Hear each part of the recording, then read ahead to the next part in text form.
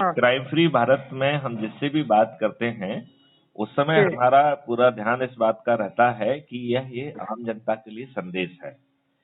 हमारा अच्छा जो है इस मोबाइल के पीछे जो बैकएंड इंजन है वो हर चीज को रिकॉर्ड करता है और हमारे हम्म, crime free Bharat YouTube channel पे हमारा और आपकी जो वार्तालाप है ये अभी अपलोड हो जाएगी। तो जी आप जी जी आप crime free Bharat YouTube channel को यदि आपने सब्सक्राइब ना किया हो तो उसे सब्सक्राइब करिए और मेरे ख्याल से कल तक जो है आपको अपनी वार्तालाप भी वहां मिल जाएगी जिसे आप अपने लोगों के साथ शेयर कर सकते हैं। ठीक है। जी जी जी जी, अच्छा, ठीक है ठीक दूसरी ठीक बात यह है कि हमने ये माना है कि जो हमारी सरकार है वो सरकार प्रजातांत्रिक तरीके से नहीं चल रही है, वो पार्टी तंत्र से चल रही है। ठीक है, एकदम सही बोल रहे हैं आप। क्योंकि जो है आपका जो प्रतिनिधि चाहे अपराधी हो चाहे जो भी हो, चाहे जैसे हम्म ही वो चुना गया हो, आपका चुना हुआ व्यक्ति पार्लियामेंट में या पार्लियामेंट के बाहर अपनी बात कहने की स्थिति में नहीं है। हम्म। पार्लियामेंट के अंदर वो पार्टी विप से बंधा हुआ है और पार्लियामेंट के बाहर वो पार्टी डिसिप्लिन से बंधा हुआ है। हम्म उसे हमेशा भय सताता रहता है कि उसकी कोई बात से उसके आका जो है ना हाईकमान नाराज ना हो जाए और कहीं हम्म उसको प्राइमरी मेंबरशिप से बाहर ना निकाल दें। उसे मंत्री के रूप में, एमएलए, एमपी के रूप में या जो कुछ भी मिल रहा है, कारपोरेशन अध्यक्ष या जो भी छोटी मोटी चीज मिल रही है, वो हम्म अपने आप को उससे वंचित नहीं रखना चाहता है।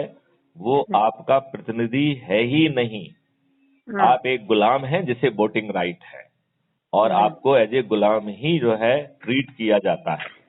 आप इन हम्म नेताओं के दरबार की शोभा हैं।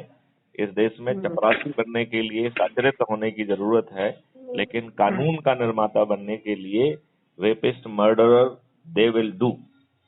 ये बताइए, कानून के निर्माता ये जघन्य अपराधों के अपराधी क्यों हैं और हर पॉलिटिकल पार्टी को ये अपराधी इतने प्रिय क्यों लगते हैं?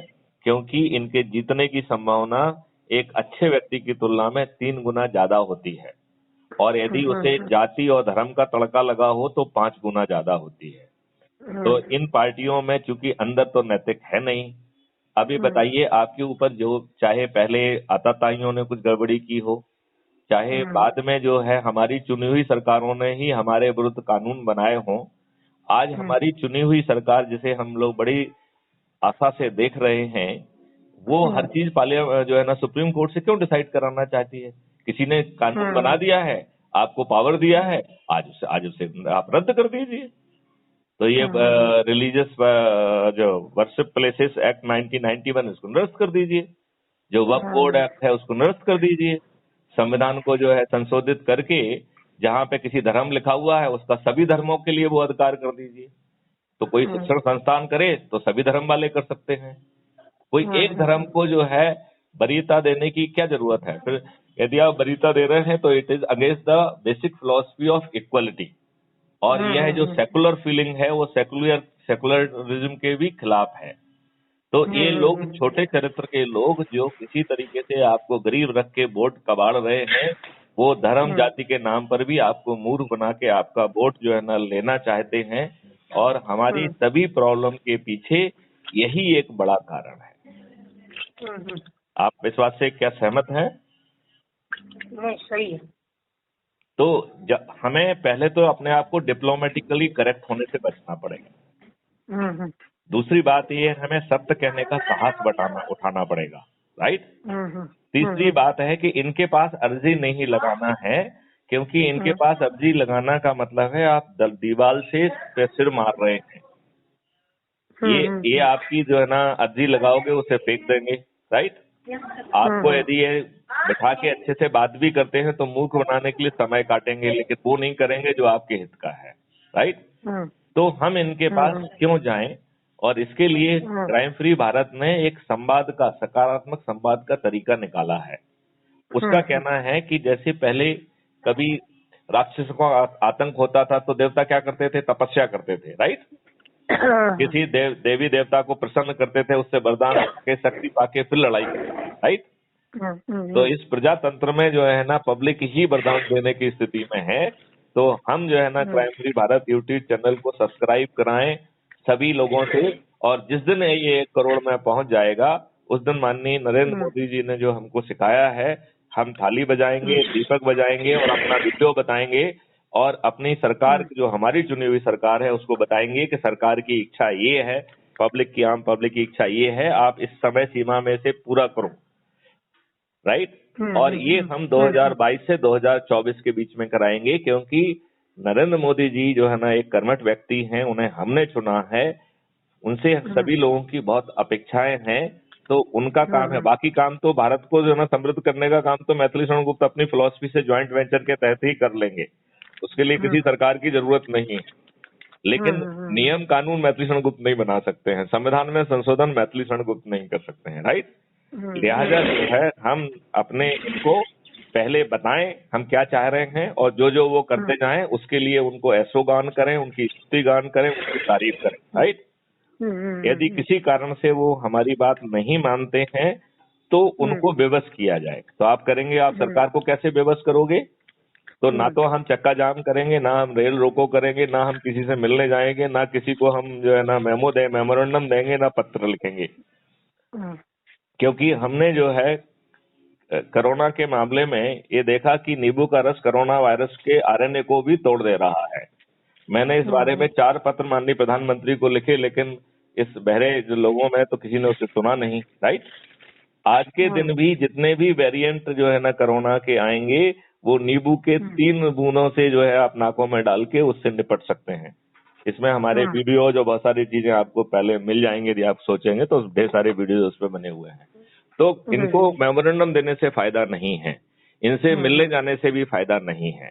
तो हम जो भी कहें, जैसे अभी अपन कह रहे थे तंत्र से हम CFB में डिजिटल के तहत बात करेंगे, इनके से भी हम वीडियो के माध्यम से बात करेंगे कि ये अपेक्षाएं हैं। अब बताइए, किसी ने जो है जॉर्ज पंचम की स्तुति में गाया हुआ गाना जनगण मन अधि को जो है ना हमारे मुंह पे राष्ट्रगीत के रूप में थोप दिया है, ये एक रेजोल्यूशन पास करके उसे हटा दें, कौन सा बड़ा काम है। किसी ने वक्फ बोर्ड एक्ट बना दिया है, संशोधित करके उसे बहुत खतरनाक बना दिया है, जहां वो हाथ रख देंगे वो उनकी जगह होगी, आप इंक्रोचर होंगे, उसको जो है ना निरस्त कर दीजिए। उन्होंने तो इस ढंग से कानून बनाया कि आपको मालूम ही नहीं पड़ पाया। आपको मालूम था कि ये जो है ना वर्शिप प्लेसेस एक्ट 1991 कोई है? नहीं, मैं आपसे पूछ रहा हूँ कि आप एक जिम्मेवार पद पे बैठे हुए व्यक्ति हैं, क्या आपकी जानकारी में था कि ऐसा कोई एक्ट है? वही तो बोल रहे हैं, बहुत सारी चीजें हैं जो जानकारी में लोगों का नहीं है। तो इसका मतलब है कि उन्होंने ऐसे नहीं, इसका मतलब है उन्होंने ऐसे खतरनाक कानून बनाए जिसमें भारत माता के ऊपर जो तेजाब डाला गया है उसकी वो प्लास्टिक सर्जरी भी नहीं करा सकती है, और आपको अंधेरे में रखा, ना आपको बताया। तो हमारी चुनी हुई सरकार अभी नरेंद्र मोदी जी उन सब कानूनों को निरस्त कर दे, उसमें क्या प्रॉब्लम है? जिसने कानून बनाया है वो तो सुप्रीम कोर्ट के पास नहीं गया था, आप हमको सुप्रीम कोर्ट क्यों भेजना चाहते हैं? नहीं, आप मुझे बताइए, आप मुझे सुप्रीम कोर्ट क्यों भेजना चाहते हैं? जिन लोगों ने गुपचे पे कानून बनाया, क्या वो सुप्रीम कोर्ट ने बनवाया है क्या? उसे निरस्त करने का अधिकार क्या हमारे वर्तमान पार्लियामेंट को नहीं है क्या? हेलो, आप मुझे सुन पा रहे हैं? हेलो हेलो, विजय प्रकाश जी, आप मुझे सुन पा रहे हैं? हेलो, हाँ, मैंने कहा आप मुझे सुन पा रहे हैं? हाँ, अभी बीच में कुछ डिस्टर्ब हो गया था। हाँ, अभी तो आ गया। मैंने ये कहा कि हमारी जो आज की चुनी हुई पार्लियामेंट है, उन लोगों ने तो गुपचुप कुछ कानून बना दिए, ये उसको निरस्त कर दें। ये हर चीज सुप्रीम कोर्ट में क्यों ले जाना चाहते हैं? हर चीज में नेतागिरी क्यों करना चाहते हैं? समय क्यों पास करना चाहते हैं? हाँ? तो यदि ये बताई हुई बातों को करेंगे तो हम उनका ऐशोगान करेंगे, स्तुति गान करेंगे, उनके फेवर में वीडियो बनाएंगे, उनके लिए दीपक जलाएंगे, उनके लिए थाली बजाएंगे और सब कुछ करेंगे। यदि वो नहीं मानेंगे तो हम उन्हें बेबस करेंगे, और बेबस करने के लिए ना तो रोड पे उतरेंगे, ना ही चक्का जाम करेंगे, ना ही रेल रोको करेंगे, ना कुछ करेंगे, राइट। तो फिर बोले कैसे आप बेबस करोगे? बड़ा आसान तरीका है, हम जो है काला बैंड पहनेंगे, काली झंडी लगाएंगे, दीपक बजाएंगे, थाली बजाएंगे और एक वीडियो वो चलाएंगे कि हम आपकी भर्त्सना करते हैं, हमने आपसे ये अपेक्षा की थी, आपने नहीं किया है, जब तक आप इसे नहीं करेंगे हम आपका बाइकआउट करेंगे। चाहे आप टैक्स पेयर की गाड़ी भेज के, चाहे हमें आप लंच, ब्रेकफास्ट और डिनर दें, और साथ में जो ना 500 रुपए घूमने के लिए भी दें, उसके लिए भी दें, तो भी हम आपके किसी कार्यक्रम में नहीं जाएंगे। हम आपको अपने किसी कार्यक्रम में नहीं बुलाएंगे, हम किसी को आपकी दरबार की सेवा नहीं, वो जो है ना, शोभा नहीं बढ़ाने देंगे। और यदि आप हमारे क्षेत्र में आएंगे तो चूंकि हमारा फैलाव हर गली और कोने में तब तक हो चुका होगा, तभी हम ये संवाद चालू करेंगे। तो जहां आप जाओगे वहां पे टॉप पे खड़ा होकर वो कहेगा काले अंग्रेज वापस जाओ, काले अंग्रेज वापस जाओ। जैसे साइमन कमीशन वापस जाओ था, ऐसे ही हम कहेंगे काले अंग्रेज वापस जाओ। तो आपको, हाँ, आपको नहीं लगता है कि वो विवश होगा? Hello hello. हाँ, मैंने कहा विजय प्रकाश जी, आपको लगता है कि वो विवश होगा कि नहीं होगा?